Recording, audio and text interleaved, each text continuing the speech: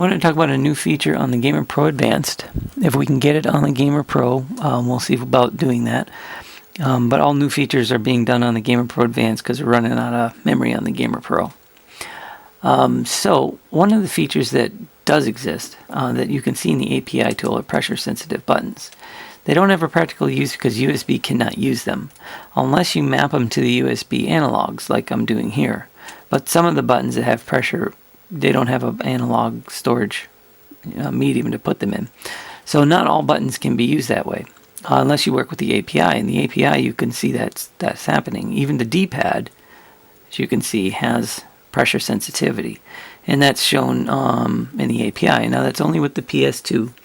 That's the only controller you can connect to the Bliss-Box that'll give you true pressure sensitive buttons on all buttons.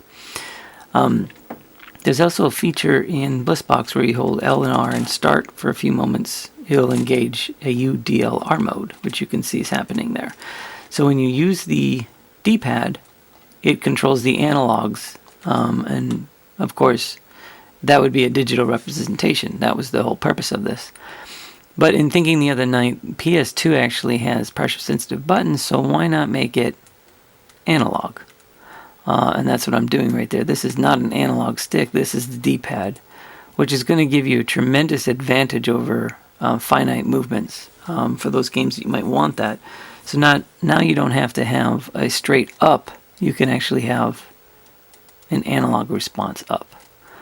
Same for right, left, and down.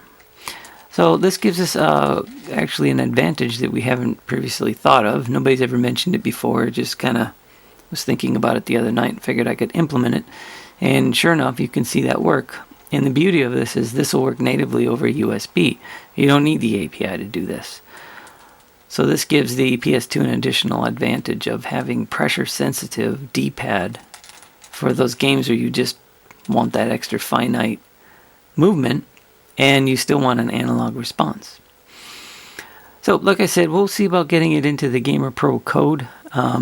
It's not too involved, but it's currently available in the Gamer Pro Advance, which is currently in production, so we should be able to get that released pretty soon.